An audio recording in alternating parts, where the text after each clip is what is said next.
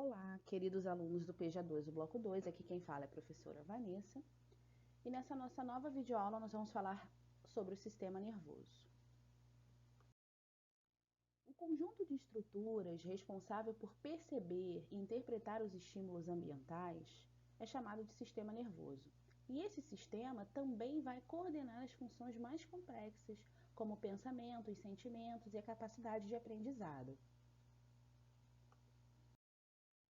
Os elementos do sistema nervoso humano atuam de maneira coordenada, desde a percepção do estímulo até a elaboração de uma resposta. A coordenação nervosa tem início nos órgãos receptores, que são estruturas capazes de perceber os estímulos, tanto externos quanto internos, que são transmitidos aos centros nervosos. Os órgãos dos sentidos são receptores de estímulos externos, como sons, aromas, luminosidade e texturas, né? E nós temos os 5 órgãos dos sentidos, né? O nariz com olfato, a boca com paladar ou gustação, a orelha com a audição, a pele com tato e o olho com a visão. O sistema nervoso humano é formado por células especializadas, os neurônios, e também os gliócitos.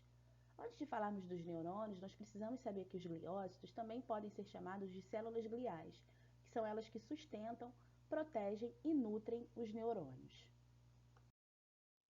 Os neurônios são as unidades estruturais e funcionais do sistema nervoso, pois é por meio deles que os estímulos são percebidos e conduzidos para as diferentes partes desse sistema. E quais são as partes de um neurônio? O corpo celular, que é esse interior mais gordinho aí da célula, né, que contém o núcleo e a maior parte do citoplasma da célula. Os dendritos, que são esses prolongamentos do corpo celular, que atuam como receptores de estímulos. E o axônio, que é um prolongamento que transmite o estímulo proveniente, vindo, né, do corpo celular para outros neurônios. Envolvendo o axônio, existe uma camada de gordura conhecida como bainha de mielina, que facilita a transmissão do estímulo. Os neurônios, eles são formados pelo corpo celular, tá? Pelos dendritos e pelo axônio. Só para a gente dar uma reforçada aí e vendo essa animação aí, tá bom? A transmissão do impulso nervoso entre neurônios se dá sem que haja o contato físico entre eles.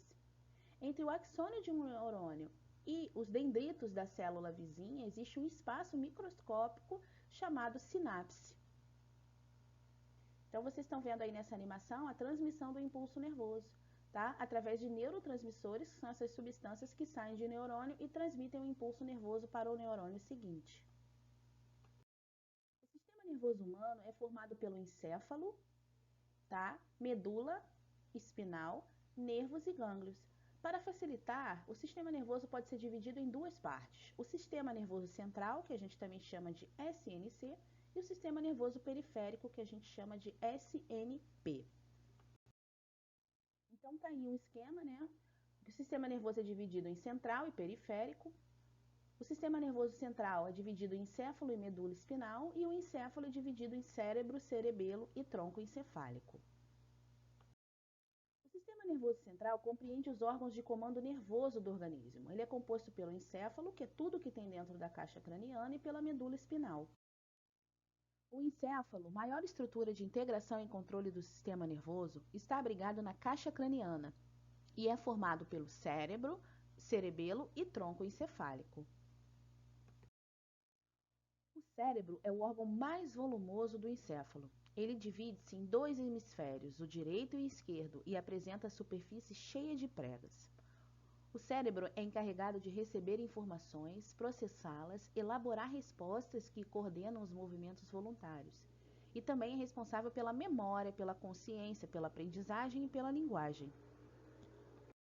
O cerebelo, assim como o cérebro, também apresenta 2 hemisférios e está relacionado à coordenação dos movimentos, dos músculos e ao controle do equilíbrio e a postura do corpo. O tronco encefálico é responsável por coordenar as funções vitais involuntárias, como o controle dos batimentos cardíacos, a respiração e os movimentos peristálticos. E a medula espinal é um cordão que fica alojado dentro da coluna vertebral, cujas vértebras conferem estabilidade à medula, e a protegem contra choques mecânicos. O sistema nervoso periférico, SNP, faz a comunicação por meio de nervos e gânglios e entre esse sistema nervoso central e o restante do organismo. Do ponto de vista funcional, o sistema nervoso periférico é dividido em somático ou voluntário e autônomo ou involuntário. Então aqui a gente tem, nesse esquema, mostrando o sistema nervoso, que ele é dividido em central e periférico, e agora nós vamos falar do periférico, né? Que é subdividido em sistema nervoso somático, que é aquele que nós chamamos também de voluntário, e o sistema nervoso autônomo, que a gente também chama de involuntário. No sistema nervoso involuntário ou autônomo, ele se subdivide em simpático e parasimpático. Vamos saber um pouquinho sobre eles. O sistema nervoso somático ou voluntário controla as ações voluntárias, isto é, aquelas sobre as quais é possível exercer controle consciente, podendo ser iniciadas e interrompidas de acordo com a nossa vontade, como caminhar, beber água. O sistema nervoso autônomo ou involuntário controla boa parte das ações involuntárias, ou seja, aquelas sobre as quais não há controle consciente. Esse sistema involuntário ele é subdividido em sistema nervoso simpático e o parasimpático. Eles atuam simultaneamente para manter o equilíbrio e, em várias situações, agem de maneiras opostas sobre os órgãos que controlam. As ações do sistema nervoso simpático, em geral, estão associadas às reações de luta, de fuga, que são ativadas em situações de perigo ou estresse, ou sob efeito de fortes emoções. Já as ações do sistema nervoso parasimpático estão associadas ao descanso e ao relaxamento, que trazem o corpo de volta à condição normal após ter sido estimulado pelo sistema nervoso simpático. Então, como primeiro exemplo aí, a gente está vendo, enquanto o sistema nervoso simpático dilata a pupila, numa situação, né, de estresse corporal, de fortes emoções, o sistema parasimpático ele vai atuar contraindo a pupila. Ou seja, são efeitos antagônicos, ok? O ato reflexo é um mecanismo que ocorre em situações que podem provocar danos ao organismo. É um tipo de movimento involuntário que resulta em uma rápida ação em resposta a um estímulo recebido. É como se você estivesse encostando numa superfície quente e tirar rapidamente o braço. Existem danos que afetam o sistema nervoso. Alguns podem afetar as conexões entre as células nervosas e impedir ou prejudicar a transmissão de informações entre elas. Um exemplo é a paralisia, que é a incapacidade de realizar movimentos. Se a medula espinal for lesionada e dependendo do local dessa lesão, a pessoa poderá perder a sensibilidade e os movimentos dos membros e ficar paraplégica ou tetraplégica. Então, aqui como no esquema que vocês estão vendo, a paraplegia, ela, né, dependendo de onde foi a lesão na coluna, ela deixa de se comunicar, né? O sistema nervoso deixa de se comunicar com os órgãos embaixo, né? Então você não mexe da cintura para baixo. Já a tetraplegia seria uma lesão na coluna, nas partes mais superiores dela, né? Onde a pessoa não consegue movimentos do pescoço para baixo. O funcionamento do sistema nervoso ele vai depender da manutenção da saúde mental também. O estado de bem-estar no qual as pessoas aplicam suas capacidades, lidam com o estresse normal da vida e trabalham de forma produtiva e contribuindo para a comunidade. A saúde mental pode ser afetada por diversos distúrbios. Na depressão, por exemplo, é comum haver o sentimento de falta de esperança e isolamento.